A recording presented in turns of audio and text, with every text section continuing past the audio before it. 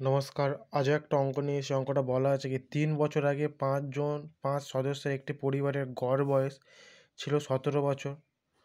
এরপর একটি বাচ্চা জন্মগ্রহণ করলো বর্তমানে পরিবারের গড় বয়স একই থাকে, মানে একই থাকে, ১৭ই থাকে।